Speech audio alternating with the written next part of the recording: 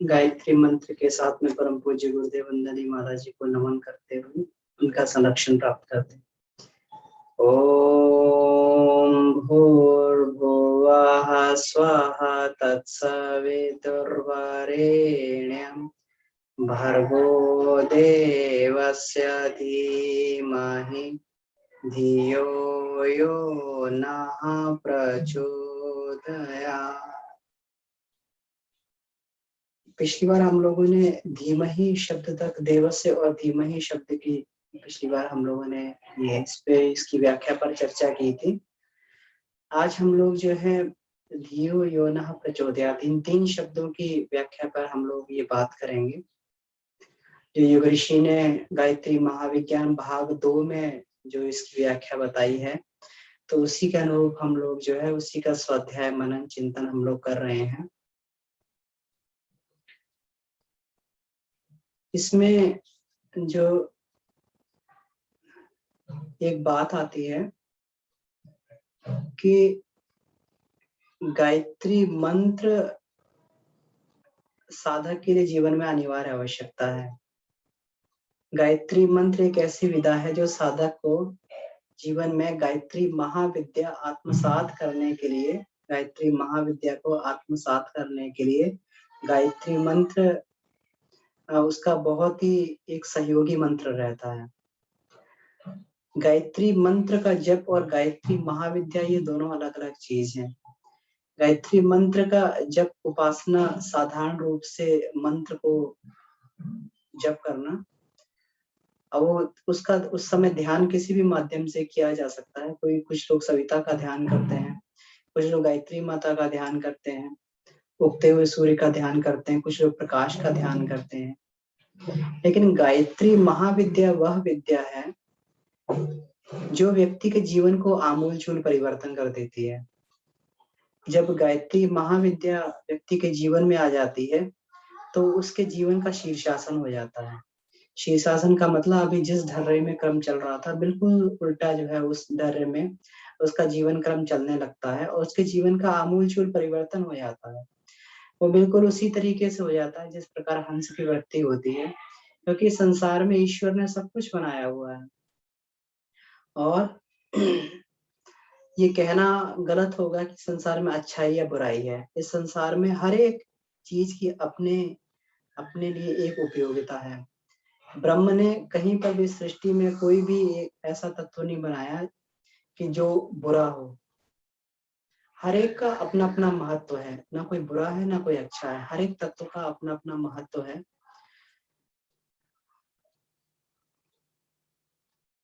हम लोग जानते हैं कि अगर किसी व्यक्ति को सांप काट लेता है, उसके शरीर में जहर फैल जाता है, तो जहर से व्यक्ति की मृत्यु हो जाती है।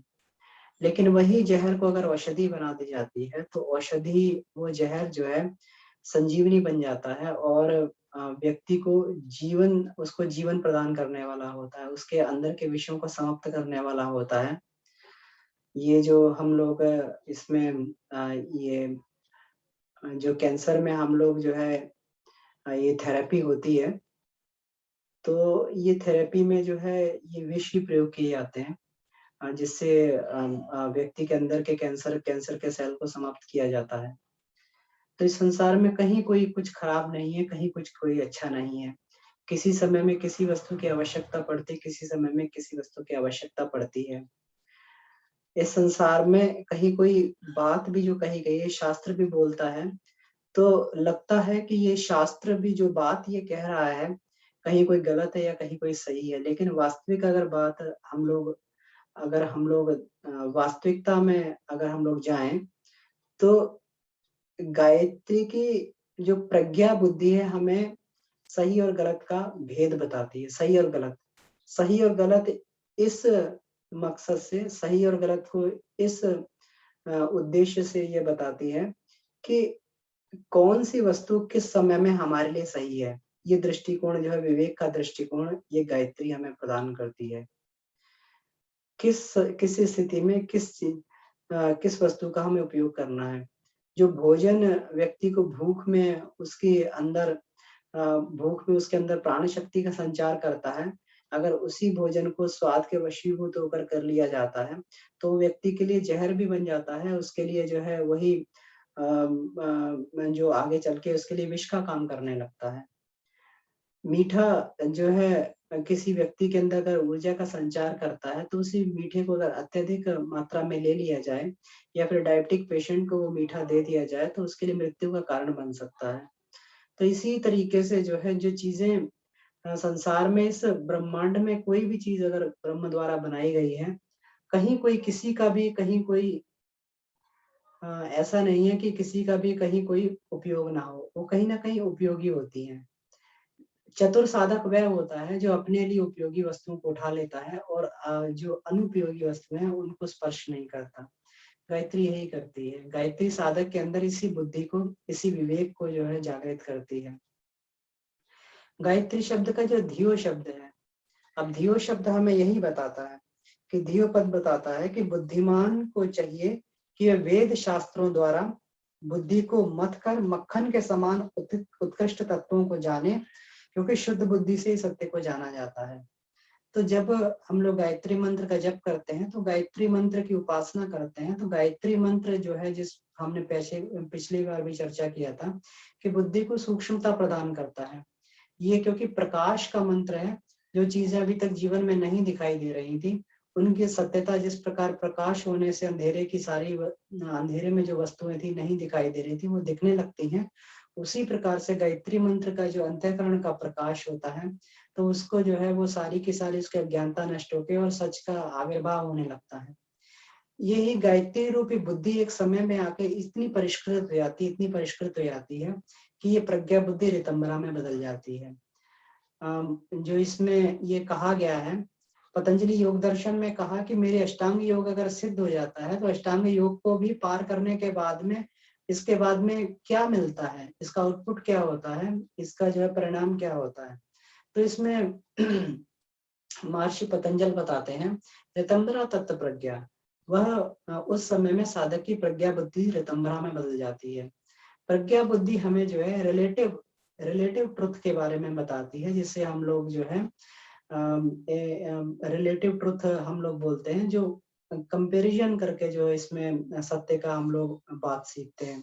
लेकिन जो एब्सोल्यूट ट्रुथ होता है, जब व्यक्ति को जब ये उसकी बुद्धि ऋतंबरा बुद्धि बदल जाती है, तो एब्सोल्यूट ट्रुथ होता है, व्यक्ति को जो है एक अंतिम सत्य के उसको दर्शन हो जाते हैं कि संसार का अंतिम सत्य क्या है। और फिर उसको वहीं पर हर एक चीज में जो है, जो अभी तक बुराई दिखाई दे रही थी, उस बुरी चीज में भी उसको फिर ब्रह्म के दर्शन होने लगते हैं, क्योंकि यहाँ कोई भी ऐसी वस्तु नहीं है जो ब्रह्म से विहीन हो, क्योंकि ब्रह्म से विहीन वस्तु का कभी भी कोई अस्तित्व नहीं रहता है। ब्रह्म ही सारी सृष्टि की संरचना करने के बाद में, ब्रह्म जब उस सृष्टि के अंदर जब व्याप्त हुआ, तभी जो है इस सृष्टि चल रही है। जिस दिन ब्रह्म जो है सारी अपने आप को समेट लेता है, तो सारी की सारी सृष्टि जो है उस समय बिल्कुल जड़वत होकर ब्रह्म में ही समाहित हो जाती है। तो उद्देश्य मनुष्य का उद्देश्य ये है कि वो प्रज्ञा और ऋतंबरा बुद्धि को अपने जीवन में धारण करे। तो इसमें ये धियो पद में ये बताते हैं कि शास्त्र में अनेक अनेक धाराएं हैं और लोग शास्त्रों के नाम पर लड़ते भी रहते हैं, लड़ाइयां भी हो जाती हैं। इस्लाम वाले कहते हैं कि नहीं, ये जो है अमुक अमुक जो है ये बातें सही हैं। हिंदू लोग जो है अपनी बातों को अपनी तरीके से सिद्ध करने का प्रयास करते हैं। ईसाई लोग अपनी तरीके से उसको सिद्ध करने का प्रयास करते हैं। तो उसमें जो हर कोई व्यक्ति चाहता है कि हमारे संप्रदाय का ही हमेशा बाहुल्य हो और सब लोग हमारे संप्रदाय से जुड़ जाएं। ये ठीक बात है, किसी संप्रदाय को धर्म के रूप में अनुरूप में व्यक्ति समझता है और उससे शिक्षण ग्रहण करके आगे बढ़ता है। लेकिन अगर उसके अंदर ये वाली भावना बनी रही कि ये संप्रदाय खराब है या ये ऊंचा है या नीचा है, तो इसका मतलब उसके अंदर अभी जो है अभी ज्ञान की परिपक्व अवस्था नहीं आई है। क्योंकि ज्ञान की परिपक्व अवस्था में जो है उसको सारे के सारे शास्त्र, सारे के सारे ग्रंथ उसको केवल एक ही बात कहते हुए उसको दिखाई देते हैं, और वह बात है कि इस संसार के कण कण में जो है ईश्वरीय निवास है और ये संसार ये संसार ईश्वर की इच्छा से चल रहा है। तो ईश्वर के अनुशासन के रूप में हम अपने आप को कहाँ पे ढाल लें, और अपने आप को ईश्वरीय अनुशासन में ढालने के बाद में हम ईश्वर के सहयोगी कैसे बन जाएं। तो ये पूरे के पूरे सारे के सारे ग्रंथ जो हैं ये यही बात बताते हैं। लेकिन कभी-कभी परिस्थितियाँ और समय के भेद होने के कारण जो है उनमें कहीं न कहीं कोई न कोई ऐसी बातें दिखाई देती हैं जो परस्पर एक-दूसरे को काटती हैं। कभी-कभी कुछ बातें ऐसी होती हैं कि किसी समय में कभी-कभी कोई बातें उपयुक्त रही होंगी, लेकिन किसी समय में जो है बात जाके बिल्कुल अनुपयुक्त हो जाती है। जिस तरीके से हम अगर ये मान के चलें कि अभी गर्मी चल रही तो गर्मी के मौसम के कपड़े हमारे लिए अनुपयुक्त हैं। कोई भी व्यक्ति सर्दी का मौसम के कपड़े नहीं पहन सकता। सर्दी के मौसम के कपड़े पहन लेगा तो बीमार पड़ जाएगा। इसी प्रकार से सर्दियों में गर्मी के मौसम के कपड़े नहीं पहने जा सकते। तो सारे सारे के सारे शास्त्र जो होते हैं हर परिस्थिति और समय के हिसाब से सही बात कहते हैं। लेकिन उस सही बात में से व्यक्ति को जो है अपना उसको सही उसमें से परिस्थिति के हिसाब से देश काल परिस्थिति के हिसाब से उसको निर्णय करना होता है कि किस बात को अपनाया जाए, किस बात को छोड़ा जाए। युग ऋषि का पूरा जीवन ही जो है इस बात में गया कि उन्होंने कृतियाँ उन्मूलन और सत्प्रवृत्ति संवर्धन का काम किया। बहुत सारी परंपराएँ हमारे जो शास्त्र सम्मत थी और वो बहुत सारी परंपराएँ आउटडेटेड हो गई। किसी समय में ये कहा जाता था कि अभी ऋग्वेद में भी एक ऐसा श्लोक आता है जहाँ पर कहा गया है कि जब भी कन्यादान किया जाता है तो एक वस्त्राभूषण अलंकृत कन्या को जो है दान करना चाहिए।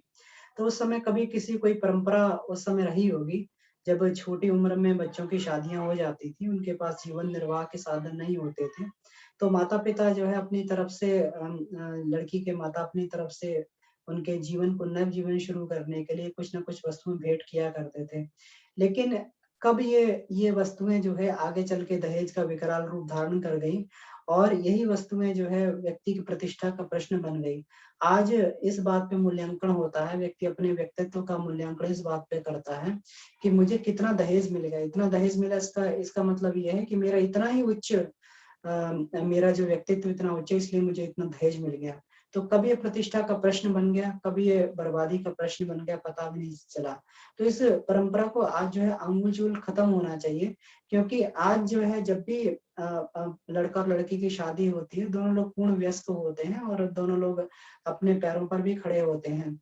तो इस स्थिति में आकर अगर दहेज और दान की बात कही जाए तो ये पूर्णतः जो है ये एक निराधार एक परंपरा है और जिसका एक आमूल-चूल इसको समाप्त होना चाहिए। एक समाज पर बोझ है, एक विषैली परंपरा जिसके कारण बहुत सारी लड़कियाँ जो है बहुत सारी लड़कियों को जो है इसमें आत्मदाह भी करना पड़ता है। उनको सही घर नहीं मिलता। बहुत सारे लड़कों को जो है अपने इस दृष्टिकोण के कारण एक सही लड़की का चुनाव वो अपने जीवन में नहीं कर पाते हैं। तो ये परंपरा इसी तरीके से मृत्यु भोज की परंपरा है जिसको हम 13वीं कहते हैं। तो किसी समय में रहा होगा और ये वास्तविकता भी है कि कुछ समय पहले की बात है 50-60 वर्ष पहले की, लोगों के पास खाने का बड़ा अभाव हुआ करता था। जब भी कोई व्यक्ति जो है गेहूँ की रोटी जब उसको दी जाती थी तो वो बड़ा ही अपने अंदर उसके अंदर बड़ी खुशी का संचार होता था। कभी कोई किसी का कभी मेहमान आ जाते थे उस समय में जो है घर में जब गेहूँ की रोटी बनती थी, पूड़ियाँ बनती थी तो एक दावत का माहौल होता था और उसको खा के सब लोग जो है बड़ी तृप्ति का अनुभव करते थे। तो उस समय में जो है भूखे को भोजन करवाना, तृप्त करना जो एक परंपरा रही होगी। लेकिन आज के समय में जो है सब लोग सभी साधन संपन्न है और किसी के पास किसी तरीके का कोई अभाव नहीं है। तो ऐसी परिस्थिति में अगर जो है बहुत बड़ी-बड़ी जो है ये दावतें की जाती हैं 13वीं के नाम पर, तो मृत्यु भोज के नाम पर तो एक बहुत बड़ा समाज पर कलंक है। क्योंकि एक व्यक्ति जिसका एक परिजन खुद का बिछुड़ गया और उस परिजन के बिछड़ने के बाद में उस पर एक अतिरिक्त दबाव बनाया जाता है समाज द्वारा दबाव बनाया जाता है कि उसको एक बहुत बड़ी उसको एक दावत उसमें पूरे समाज को देनी होती है। तो ये तो उसका उस व्यक्ति का तो ये अकल्याण होता ही है, उस व्यक्ति पे तो अनावश्यक आर्थिक और मानसिक दबाव पड़ता ही है। लेकिन उन व्यक्तियों के लिए भी जो लोग उसको खाने के लिए जाते हैं, उन व्यक्ति का सबसे अधिक अनिष्ट होता है। क्योंकि वो रुदन और क्रंदन में और ऐसे वातावरण में बनाया गया भोजन उसके सारे के सारे संस्कारों को सोख लेता है। और जो भी व्यक्ति उस भोजन को करता है, उसका जो है निश्चित रूप से उसकी जो आध्यात्मिक शक्ति का उसका क्षय हो जाता है। तो ये भी एक ऐसी परंपरा है जिसका जो है समय रहते हम लोगों को इसका निर्मूलन करना चाहिए। तो ऐसी बहुत सारी शास्त्र सम्मत परंपराएं हैं जो खत्म हो जाती हैं। तो साधक को ये चाहिए कि स्वाध्याय के माध्यम से अपने विवेक को जागृत करे, शास्त्र में से केवल उन्हीं परंपराओं को निकाले जो अभी जो है शास्त्र सम्मत बातों में से उन्हीं बातों को निकाला जाए जो अभी अभी जो है शास्त्र सम्मत है और अभी के समय के अनुरूप जो है परंपराएं उपयोगी हैं, और जो उपयोगी नहीं है उनको व्यक्ति को छोड़कर आगे बढ़ जाना चाहिए। केवल इसी बात पे नहीं अड़े रहना चाहिए, पूर्वाग्रह में नहीं अड़े रहना चाहिए कि नहीं ये तो शास्त्र कह रहा है और इसका ज्यों का त्यों इस बात को होना चाहिए। तो दियो शब्द हमें इसी पद को बताता है कि शास्त्र अपन लोग निरंतर निरंतर स्वाध्याय के माध्यम से, प्रतिदिन स्वाध्याय के माध्यम से अपने विवेक को जागृत रखें और विवेक सम्मत बात को ही केवल अपने जीवन में स्वीकार करें। इसके बाद योना शब्द हमें ये बताता है, योना शब्द का इसमें जो युग ऋषि ने इसमें बोला है कि योना पद का तात्पर्य हमारी जो भी शक्ति, हमारे जो भी साधन है उनको न्यूनतम अपने लिए प्रयोग करें, उनका न्यूनतम अपने लिए प्रयोग करें और अधिक से अधिक जो है उसको निस्वार्थ भाव से समाज की सेवा में, समाज के हित में लगाएं। यानी दियो शब्द में संयम की प्रेरणा देता है, योना शब्द में संयम की प्रेरणा देता है, दियो शब्द में विवेक की प्रेरणा देता है और योना शब्द में संयम की प्रेरणा देता है। तो इसका मतलब ये हुआ कि हमारी जो हमें ज्ञान दिया ईश्वर ने, जो हमें धन दिया है, जो हमें प्रतिभा दी है, ये एक ईश्वर की विभूति के रूप में है। जरूरी नहीं है कि हमने अपने जीवन में अभी अपनी मेहनत से इनको अर्जित किया है। बहुत सारे लोगों को हमने देखा अपने जीवन में, और अपने जीवन में भी हम महसूस करते हैं कि हमारी बहुत सारा जो ज्ञान है हमें, या फिर हमारे अंदर जो प्रतिभा है, हमारा धन है, वो इस जीवन की कमाई नहीं है, क्योंकि हमसे ज्यादा लोग हमसे अधिक लोग मेहनत करते हैं और उनको हमारे जितनी साधन संपदा है, प्रतिभा उनको प्राप्त नहीं होती है। ज्ञान अर्जन का भी ये रहता है, कोई बहुत थोड़े से स्वाध्याय से, थोड़े से पढ़ने से उसको बहुत अधिक ज्ञान मिल जाता है, और कोई व्यक्ति बहुत अधिक मेहनत करता है लेकिन उतना उसको ज्ञान नहीं मिल पाता, उतनी उस प्रतिभा अर्जित नहीं कर पाता, उतनी वो जो है मेहनत नहीं कर पाता। तो इसका मतलब क्या हुआ, ये हमारा जो कहीं ना कहीं ईश्वर ने ईश्वर की एक विभूति के रूप में हमें ये प्राप्त हुआ है। तो पूरा का पूरा अपने लिए व्यक्ति को नहीं खर्च करना चाहिए। अपने धन को, साधन को, अपनी प्रतिभा को, अपने समय को, इस सब चीजों को जो है व्यक्ति को केवल अपने, आज अगर हम लोग चारों तरफ देखें तो व्यक्ति ये सारी की सारी चीजों को केवल और केवल अपनी अहम पुष्टि के लिए लगाता है। दिन रात एक अर्निंग मशीन बनकर, और दिन रात जो है केवल इसी लिए इन साधन संपदाओं को इकट्ठा करता है कि दूसरों पर मेरा जो है, किस तरीके से दूसरों पर मेरा अपने अहम का मैं प्रदर्शन कर सकूं। तो जब व्यक्ति इस धारणा से आगे बढ़ता है तो अपने जीवन में जो है फिर वो प्रेम मारकर आगे बढ़ के, और वही उसके जीवन को नष्ट करने वाला हो जाता है, वही उसके जो है आध्यात्मिक अवनति का कारण बनता है। तो अपने जीव, और जो भी व्यक्ति संयम के साथ में, तेन तक्ता भुंजिता के साथ में, कि जो भी हमें मिला है वो प्रसाद रूप में हम ग्रहण करें। जिस प्रकार से प्रसाद होता है, व्यक्ति कभी कोई सत्संग होता है तो वो बहुत सारा प्रसाद का जो है व्यवस्था करता है, लेकिन खाता खुद नहीं है, वो सबको बांटने के बाद में जो प्रसाद स्वरूप उसको मिलता है उसका भोग लगाता है, उसको खाता है। और जब वो खाता है तो उसको उस प्रसाद से असीम आनंद की उसको प्राप्ति होती है। तो इसी प्रकार से जो सभी की सभी धन साधन संपदा अगर हम चाहें भी तो वो हम उसका उपभोग नहीं कर सकते, अगर करेंगे भी तो करने के बाद में जो है व्यक्ति का केवल और केवल उसके कारण उसका अकल्याण ही हो सकता है, उसका कल्याण जो है उनका भोग करने से उसका कल्याण नहीं हो सकता।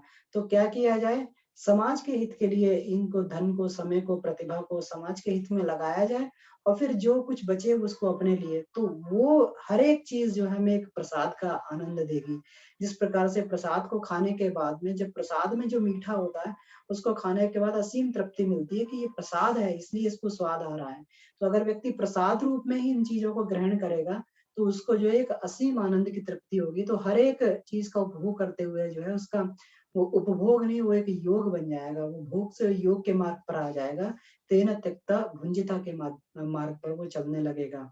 तो अपने अपने द्वारा जो संचित संपदा से जो ज्ञान में पिछड़े हुए हैं, जो प्रतिभा में पिछड़े हुए हैं, जो अपने समय संसाधन में पिछड़े हुए हैं व्यक्ति, तो उनको उठाने के लिए, उनको आगे बढ़ाने के लिए अधिक से अधिक व्यक्ति को अपने जीवन में उत्कर्ष करना चाहिए। तो हम लोग को योना शब्द यही सिखाता है कि संयम, खुद संयम बरतें, और संयम बरतने के बाद ही हमारे पास जो है हमारे संसाधन बच पाएंगे, और जो संसाधन बचेंगे फिर उनको जो है समाज हित में उसको लगा दिया जाए, तभी मनुष्य का जीवन का उद्देश्य सफल हो सकता है। इसके बाद में आगे प्रचोदयात शब्द इसमें यह बताता है। प्रचोदयात शब्द मतलब कि व्यक्ति को अपने जीवन में अपने को तथा दूसरों को सतमार्ग पर चलने के लिए, सतमार्ग पर चलने के लिए प्रेरित करते रहना चाहिए। तो ये जो है प्रचोदयात शब्द हमें प्रेरणा, हमेशा अपने आप को और दूसरों को प्रेरणा देने का ये बताता है। अब हमें यहाँ पर ये सावधानी रखनी पड़ती है कि कभी भी किसी को उपदेश दे के प्रेरणा नहीं दी जा सकती है। जब भी हम किसी व्यक्ति को उपदेश देते हैं या किसी को अच्छी बात बताते हैं, तो व्यक्ति का अहम चोटिल होता है। वो ये कहता है कि मेरे अंदर क्या कोई मेरे अंदर एक कोई इसमें कमी है क्या, कि व्यक्ति वो जो बहुत अच्छा बता रहा है, बहुत अच्छा अपने ज्ञान को झाड़ रहा है। तो इसलिए कभी किसी को उपदेश देकर या कभी किसी को जो है बहुत अच्छा बताकर उसको नहीं बदला जा सकता। किसी व्यक्ति को प्रेरणा देने का एक और एक ही माध्यम होता है कि उसके सामने उस व्यक्तित्व को प्रस्तुत किया जाए।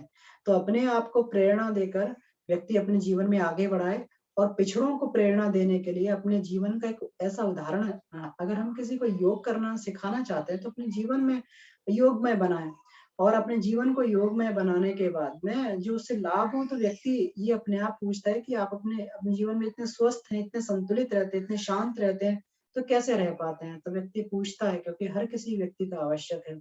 तब उस समय उस व्यक्ति को बताया जा सकता है कि ये चीजों का अपने जीवन में पालन करके ये इस ज्ञान को हमने अर्जित किया है, इस ज्ञान के द्वारा दूसरों को प्रेरणा दी जा सकती है, जानकारी के द्वारा नहीं, ज्ञान के द्वारा प्रेरणा दी जा सकती है। और ज्ञान क्या होता है, जैसे जो इसमें योगीराज भगवान कृष्ण गीता में भी कहते हैं, नहीं ज्ञानेन सदृशम पवित्रम इह विद्यते, ज्ञान के समान जीवन में पवित्र करने वाली कोई वस्तु नहीं है।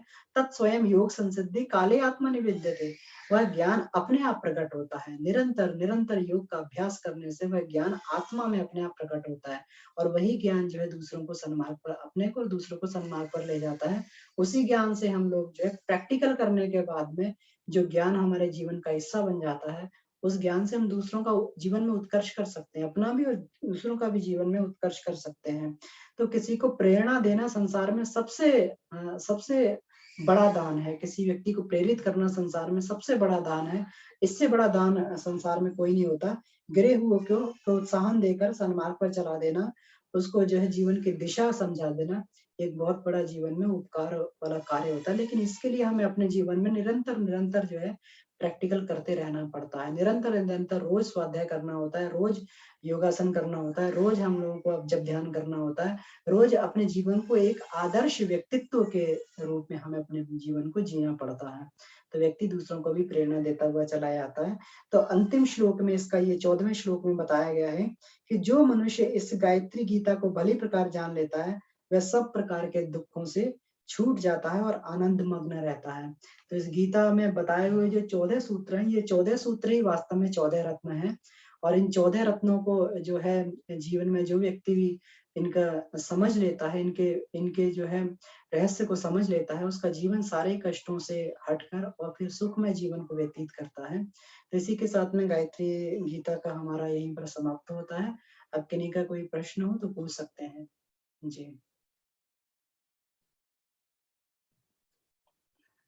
गायत्री गीता के पिछले भी सूत्रों में अगर कोई प्रश्न हो तो उसको पूछा जा सकता है, और कहीं से भी कोई प्रश्न बनता हो तो उसको अपन बात कर सकते हैं यहाँ पर, या फिर कोई अनुभव आप अपना बताना चाहते हो तो उस अनुभव को भी जो है अपना साझा कर सकते हैं। जी,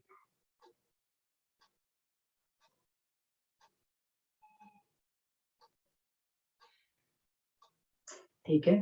तो अगर किन्हीं का कोई प्रश्न नहीं है और अनुभव भी नहीं है, अभी हमारे पास में 2 मिनट बचे हुए हैं, तो एक इसमें वो भी है अपने को।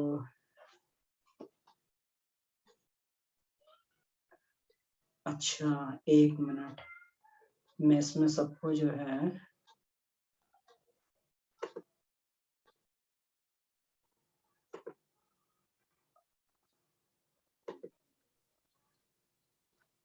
राम भैया। दीदी प्रणाम। ये कह रही थी भैया कि जैसे भी आप बता रहे थे कि मृतक भोज और इन सारे इसमें मैं गुरुदेव के साहित्य में कहीं पढ़ रही थी कि गुरुदेव ने लिखा था कि जो मृतक भोज का बिगड़ा रूप एक्चुअली हमारे सामने है, उसमें था कि जो इंसान शरीर छोड़ा है, तो उसने जो भी कमाई कर रखी है, उसकी कमाई का जो अंश है, बच्चों का जीवन उपार्जन मतलब अगर बच्चे सेट नहीं है या कुछ है, उतना ही अंश रख के बाकी समाज में दान कर देने जैसा। तो इसलिए वो ज़रूरतमंदों में, तो पहले ब्राह्मण क्या था कि ब्राह्मण ज्ञान दान करता था और अपने लिए कुछ नहीं रखता था, तो इसलिए ब्राह्मण ही सबसे उचित माना जाता था कि इनको ही ज़रूरत है, इनको ही खिलाया जाए। पहले तो लोगों को इतना ज़्यादा पैसा या इतना वो होता नहीं था कि मल्टीनेशनल कंपनी और ऐसा है, तो वो लिमिटेड होता था। बाद में धीरे-धीरे उसी का विकृत रूप बिगड़ के हमारे सामने शो ऑफ के रूप में आ गया कि इतना आइटम होना चाहिए, ऐसे होना चाहिए। तो ये वाला रीज़न मुझे समझ आया था कि हाँ, शायद जो है मृतक भोज के पीछे यही रहा होगा। वो हमने बिगाड़-बिगाड़ करके यहाँ तक उसको विकृत रूप में पहुँचा दिया जो है। कि लिमिटेड उसमें गुरुदेव वही है कि जो भी है उनका धन संग्रह करके अपने लिए बच्चों को रखना अलाउड नहीं है। उन्होंने समाज से लिया था, समाज में दे देना है। इस भाव से मृतक भोज का कभी बनाया गया था जो है। जी, तो ये जी। मुझे बड़ा अच्छा लगा, मैंने कहा ये शेयर कर देती हूँ कि ये हाँ। इसके पीछे भाव यही था। अब उसको समाज को किस तरीके से देना है, ये हमारा अपना इतना विवेक होना चाहिए इसमें जो है। जी, जी, जी, दीदी बिल्कुल सही कहा आपने। तो ब्राह्मण किसी समय में जो है सबके उत्कर्ष के लिए काम करते थे और उनका केवल एक ही ज्ञान उपार्जन करना और ज्ञान को बाँटना, यही उनका व्यवसाय भी होता था। तो उनके उनके लिए जो है उनका भरण-पोषण करने की ज़िम्मेवारी समाज की रहती थी और ब्राह्मण भी दान लेने के बाद अपने पास नहीं रखता था, वो भी जो है उसको आगे जो आवश्यक लोग होते थे, उनको ज़रूरतमंद होते थे, उनको बाँट देता था। तो ये आपने बिल्कुल सही कहा दीदी। जी, ये भी एक उद्देश्य था इसका। और एक चीज़ पूछनी थी भैया जी, जी। कि जैसे क्या ये मतलब ये सही दिमाग में आया क्या? जो है एक दिन ऐसे ही क्या ध्यान कर रही थी। ध्यान अपना जैसे आरती करते हैं, तो उसमें क्या आदत है मेरी कि जैसे गुरुजी का पैर आया तो ऐसे सिर झुका के ऐसे जैसे ध्यान में आता रहता है ना कि हाँ, आप अखंड दीप के पास पहुँच गए, कभी गुरुदेव के पास पहुँच गए, कभी कहीं वो जिस तरीके से ध्यान में सिखाया गया वैसे दिमाग कहीं-कहीं जाता रहता है जो है। तो जी, उसमें जी। होता क्या है कि जब पहुँची तो गुरुदेव का पैर देखते ही नतमस्तक हो जाने का होता है कि अच्छा-अच्छा ये तो गुरुजी मिल गए जो है। तो सिर ऐसे झुका के तो एकदम से क्लिक किया मुझे कि जो हम जालंधर वन लगाते हैं, तब तक भैया ने आदित्य भैया ने भी उस दिन पूछा था ग्रुप में जो है जालंधर वन का कि मुझे ये लगा कि हम जो है जब-जब झुकते हैं सिर झुकाते हैं प्रणाम नमन के लिए, तो हमारा जालंधर बंद ऑटोमैटिकली लग जाता है। ठीक है? तो मुझे मैं ये रिलेट मतलब तुरंत दिमाग में ये सारी चीज़ें एक साथ ही आ रही थी कि जो कहा जाता है कि अपने गुरु को, अपने बड़ों को या विनम्र बनो। अ, नमन करने की परंपरा बनाई गई, तो शायद इसके पीछे साइंटिफिकली यही रहा होगा कि ये जालंधर बंद वाला ही रहा होगा और उसमें गायत्री महाविज्ञान में जब आप करवा रहे थे, तो आपने बताया था कि जालंधर बंद जिसका मतलब यहाँ का जो भी केंद्र होता है ये वाला, ये जागृत होता है, तो वो आदमी का डिसीजन लेने की क्षमता बहुत अच्छी हो जाती है और उसके जीवन में श्री की कमी कभी नहीं होती है। एग्ज़ैक्टली यहाँ पे कौन-सा वो लगता है वो मुझे याद नहीं है। तो उसका डिसीजन लेने का मतलब नॉर्मली जो भी उसको दृश्य शक्तियों से सहयोग या जो भी कह लीजिए जो मिलता है, वो सही लाइन में मिलने लगता है और वो धन संबंधी गलत निर्णय नहीं लेता है। तो मुझे लगा कि शायद इसीलिए कहा जाता है कि जो विनम्र होता है, जो झुकता है वो पाता है। ये चीज़ क्या ये मेरा लर्निंग ये सही है? ये जो थॉट है ये क्या ये सही है? हाँ, दीदी ये ठीक है बिल्कुल। इसमें जैसे ही अपन जालंधर बंद लगाते हैं तो ये एक तो जो हमारे यहाँ पे होती है स्फुटा ग्रंथि होती है। हुँ, हुँ। तो स्फुटा ग्रंथि इसमें उत्तेजित होती है और स्फुटा ग्रंथि जो है हमारी ये पूरा धन, साधन, श्री संपत्ति होती है। तो इसके लिए जो है स्फुटा ग्रंथि अगर हमारी सही हो तो कहते हैं कि अन्यत्र लोकों से भी जो है साधन संपदाएँ खींच के आने लगती हैं। तो ये साधक पूरे ब्रह्मांड में से कहीं पर भी और वो फिर दरिद्रता उसके नहीं रहती है। इस ग्रंथि को उत्तेजित करने के लिए ही मतलब लोग जो है इसमें आभूषण भी धारण करते हैं, सोने के आभूषण और ये सारी चीज़ें गले में धारण करने का जो है उद्देश्य एक ये भी होता है कि इसको ग्रंथि को उत्तेजित रखा जाए। तो ये एक वैज्ञानिक परंपरा बनी थी, हमारे ऋषियों ने कभी बनाई थी, लोग पहनते थे आभूषण गले में इसी माध्यम से इसमें पहना करते थे। तो ये इसमें बिल्कुल ठीक है, जब भी अपन गर्दन झुकाते हैं, तो ये हमारे 16 महत्वपूर्ण बिंदुओं पर जालंधर बंध का प्रभाव पड़ता है और वो ग्रंथियाँ हमारी इसमें जागृत होने लगती हैं। तो ये बिल्कुल ठीक है, दीदी आपका अनुभव बिल्कुल ठीक है। जी। कभी भी हम लोग गर्दन झुकाते हैं, तो ये गर्दन झुकाने से जो है विनम्रता का भाव तो आता ही है और ये ग्रंथि भी जो है स्फुटा ग्रंथि भी उत्तेजित होती है। हमारा जो इसमें विशुद्धि चक्र है, विशुद्धि चक्र स्फुटा ग्रंथि से संबंधित है, तो व्यक्ति को इसमें संपत्ति, धन, साधन, श्री इसको प्राप्त होती है।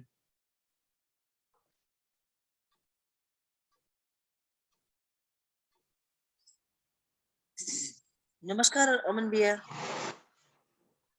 अच्छा, मेरा इसमें 1 मिनट दीदी प्रणाम। 1 मिनट में इसमें ये देखूँ कि इसमें क्या कमी आ रही है। आप सबको मैं जो है इसमें अनम्यूट कर देता हूँ इसमें।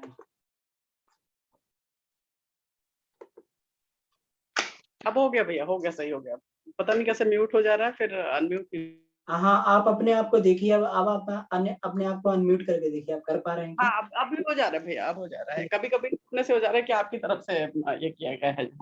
जी, जी, जी, जी। वही समझता था कि ये मतलब ये रीज़न सही है कि जो विनम्र ये रहता है बार-बार प्रणाम करने का, तो मतलब ये इसके पीछे भाव शायद यही रहा होगा संभवतः जी, कि विनम्र। ये हाँ, ये विज्ञान भी है और फिर दूसरा जो है अपनी साधन संपदा का व्यक्ति को कभी गर्व नहीं करना चाहिए, क्योंकि गर्व करते ही जो है वो फिर अभी जो इसमें बताया गया कि धियो शब्द में ये बताया गया है, योना शब्द में, कि ये व्यक्ति के अहंकार प्रदर्शन के लिए कहीं पे भी कोई इसकी श्री साधन संपदा समय का उपयोग नहीं होना चाहिए।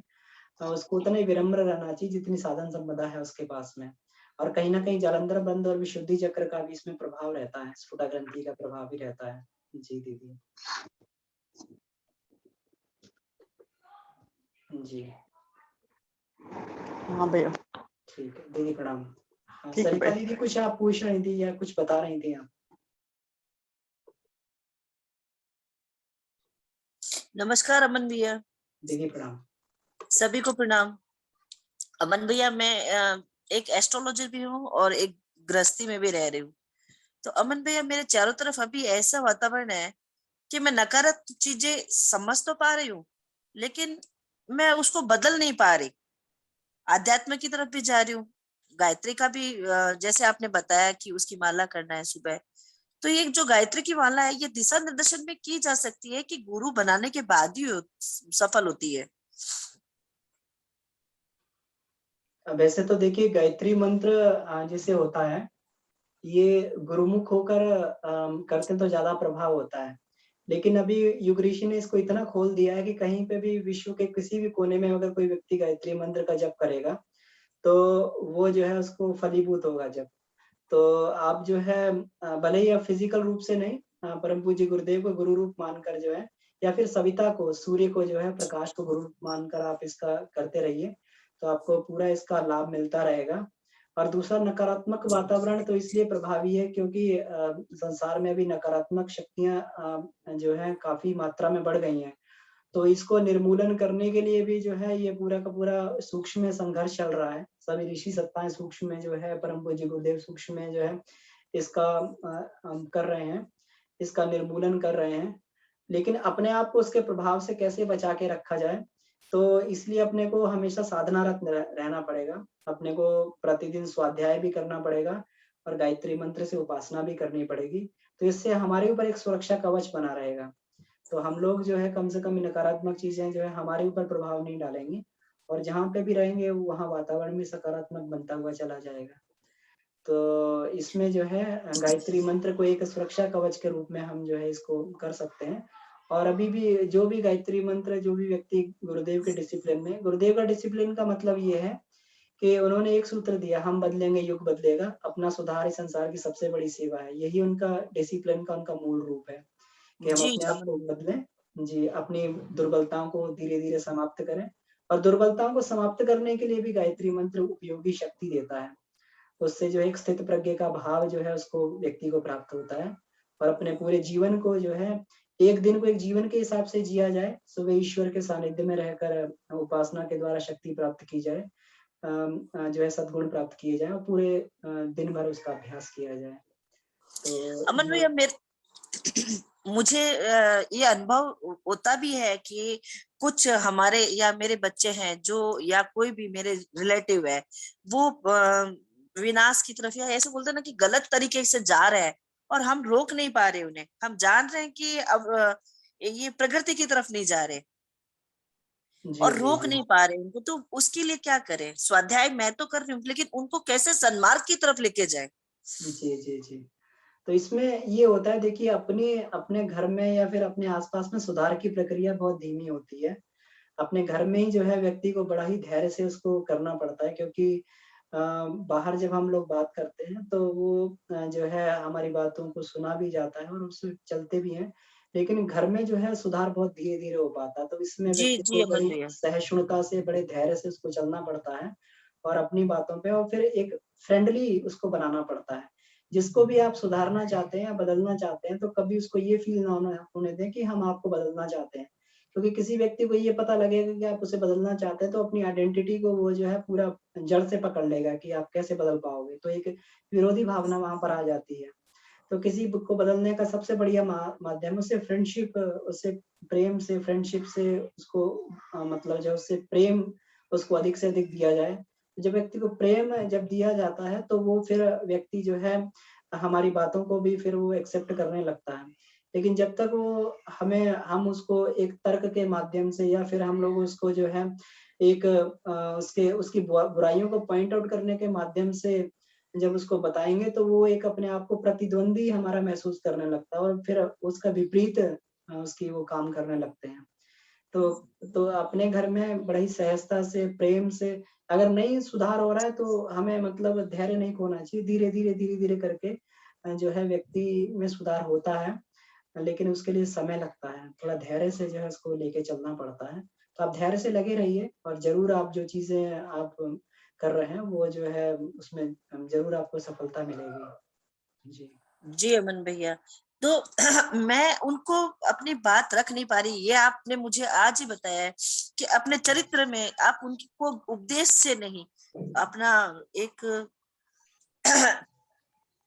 जी, उदाहरण प्रेरित रख कर प्रेरित के। करने के लिए खुद को वैसा बनाना पड़ेगा। वैसा मैंने ट्राई किया जी, और जी। मेरे को कौन से चक्रास पे अपना फोकस करना चाहिए कि वो इफेक्टिव हो कि मैं अपनी बात को अच्छे से रख पाऊं। जी, तो उसमें धीरे ये भी है कि जैसे-जैसे प्राण बल की अधिकता होती है, प्राण ऊर्जा की अधिकता होती है व्यक्ति के अंदर, तो उसकी बातें सामने वाले को इम्पैक्ट करने लगती हैं। जी और बच्चे इसलिए भी हमारी बात को नहीं सुन पाते हैं, क्योंकि हमारी प्राण ऊर्जा का स्तर जो है उनसे बहुत डाउन होता है। वो जी बच्चे जो है फ्रेश भगवान के यहाँ से आए हुए हैं, ब्रह्मचारी भी हैं और हर एक चीज़ है और उनके अंदर जो है प्राण बल बहुत अधिक होता है। तो कोई निम्न प्राण वाले से कभी भी जो अधिक प्राण वाला कभी नहीं कोई सीखता है। तो इसलिए जी जो है वो हमारी बात सुनते नहीं हैं। तो जैसे-जैसे योग के माध्यम से हमारा प्राण बल बढ़ेगा, तो उसके माध्यम से भी जो बच्चे हमारी बात को सुनने लगेंगे या कोई भी व्यक्ति जो है, तो प्राण बल की अधिकता से भी जो है ये अपनी बात को हम लोग कन्वे करते हैं। कभी भी कोई लोग जब कोई प्राणवान व्यक्ति कुछ बात बोला करते थे, तो जी उनकी बातों को जो है लोग सुनते थे और सुन के ही उनके पीछे चल देते थे। भले वो गांधी का सत्याग्रह हो, स्वतंत्रता संग्राम में सुभाष चंद्र बोस की आवाज़ हो, तो ये लोग बड़े प्राण बल संपन्न व्यक्ति थे और जब भी बोलते थे, तो इनकी बातों से प्राण निकलता था और व्यक्ति सहर्ष ही उनके पीछे चल देते थे। तो धीरे-धीरे जैसे प्राण बल की अधिकता अपने अंदर बढ़ेगी, तो उससे भी जो है ये एक बात पर इम्पैक्ट पड़ने लगेगा दूसरों पर। भैया, प्राण बल के लिए क्या करेंगे हम? यही है प्राण बल के लिए हम लोग जो है आसन हम्म प्राणायाम प्लस जो है ये गायत्री मंत्र की इसमें साधना करें, तो इसी से प्राण बल बढ़ेगा। क्योंकि जी प्राण जी स्वरूप बोला गया है ना, तो ये प्राण को बढ़ाता है ये गायत्री मंत्र जो है। तो ये प्राण बल को हमारे बढ़ाता रहता है। प्राणायाम इत्यादि करने से भी जो प्राणायाम बंद मुद्रा वगैरह अपन लोग लगाते हैं, ये भी प्राणमय कोश को हम्म। और जो है इसका उत्कर्ष करते हैं। तो ये सब यौगिक क्रियाओं से ही प्राण बल अधिक बढ़ता है। अपने प्राण बल का स्तर बढ़ाना पड़ेगा उसके लिए। बिल्कुल, बिल्कुल।